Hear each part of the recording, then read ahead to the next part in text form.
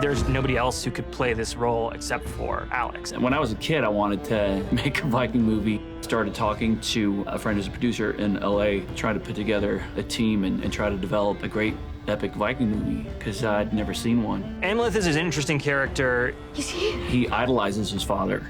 Hail, Lord King. Arvandil gets murdered in front of Amleth's eyes.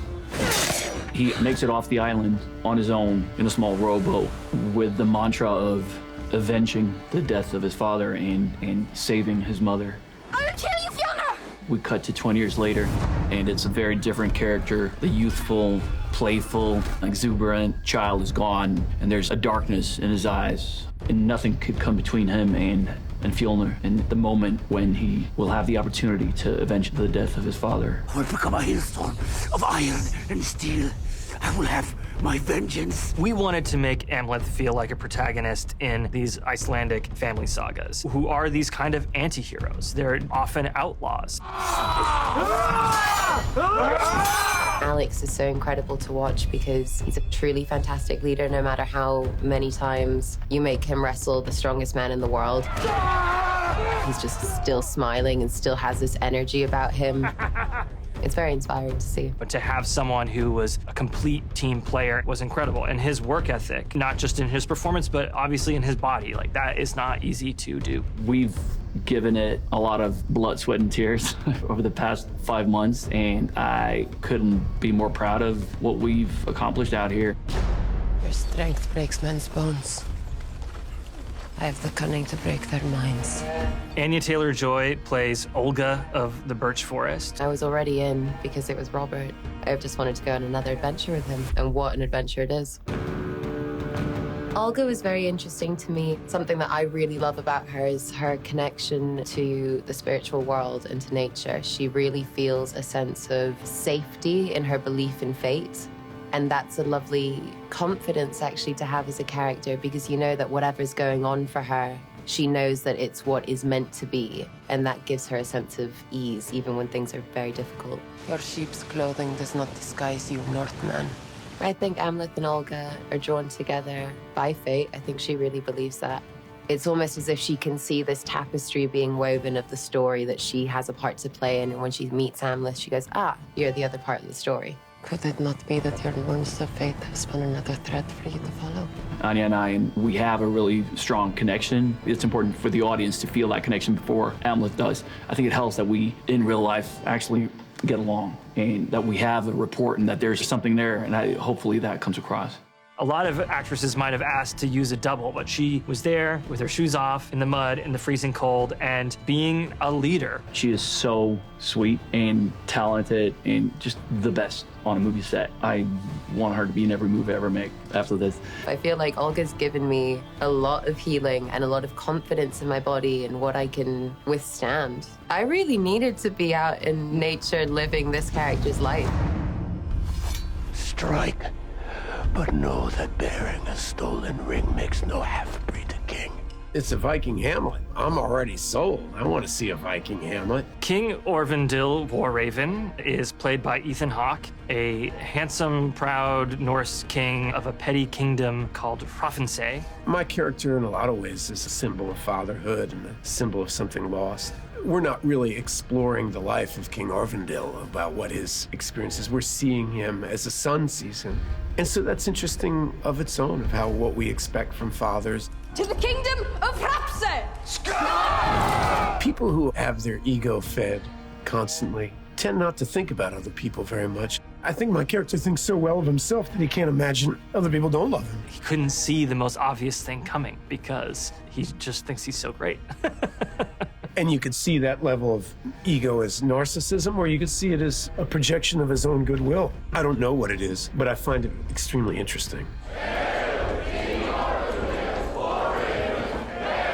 Viking women legally had more rights than you might expect, but even still, it's a patriarchal system. You know, it's an incredibly male-driven world. First, you might think that my character is noble simply because he's being killed and he's betrayed early in the film. That doesn't necessarily mean he didn't deserve betrayal. But as you go deeper into the movie, you might discover that from the female point of view, the king might not have been such a great husband. You have not seen your queen in a season.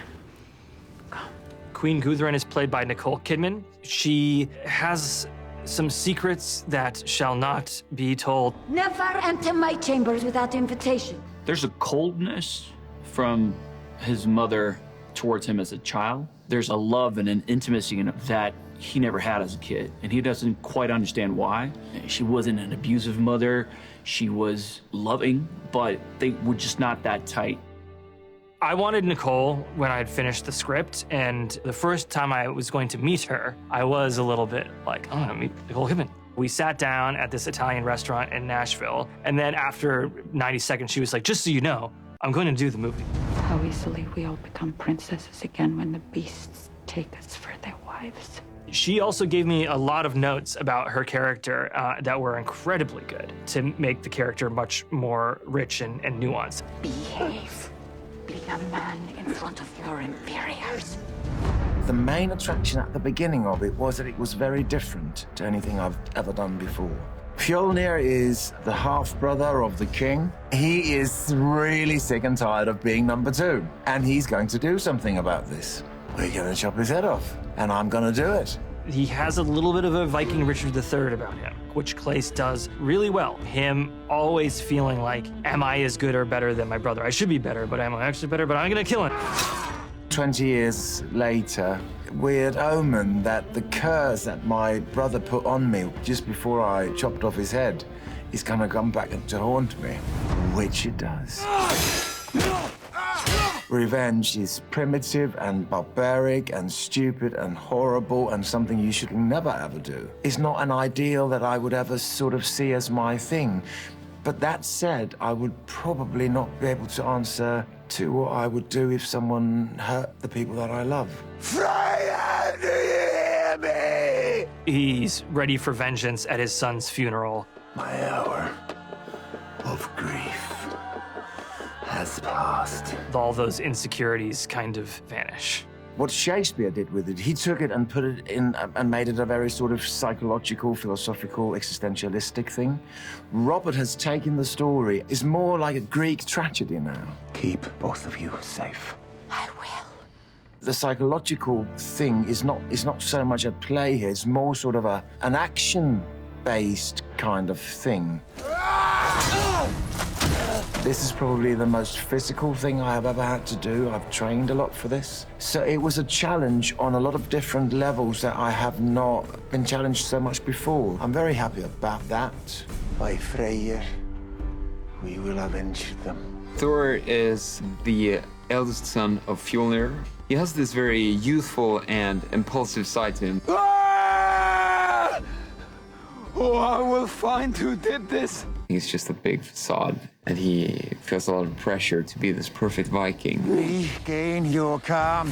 Thor always shows up to the party with the most extravagant outfits and with a lot of jewelry and hats. Thor might be the only Viking in this movie who gets to have a little bit of like, you can't sit with us attitude. Never look me in the eye, slave. The mere presence of Amleth, that's a huge element of irritation for Thor. I'm not impressed. His stench. Like, just like physically, the appearance of Amleth, I think he's just like a walking reminder to Thor how he's not the perfect Viking and how he's not suitable for the task that's lies before him. Lady. I play Heimir, the Fool. He has a character name with his job right in the title. Look how the Queen's cup grows wet for more men than her king. Well, he's the fool publicly in events. He's the one that provides the entertainment, satires things. But his satire has a bite. But also, he's a priest. He conducts a very important ritual in the story. Drink the vision mead of knowledge. To learn what it is to live and die in honor. It's the same guy. He's got like a double life. And be yet wise enough to be the fool. Wise enough to be the fool. Yeah, I love Willem. Willem's one of the greatest actors who's ever lived. I would submit that as a fact. I always feel like you can only play scenes. You can't try to connect the dots because then you stand outside the scenes and you become an interpreter. And I feel much more comfortable when I just experience things. Willem becomes. In the moment, he just is. It was lucky for me that all of my collaborators, the actors, it was something that we all felt somehow was important to us personally. So everyone gets passionate, and it's incredibly satisfying for me to watch.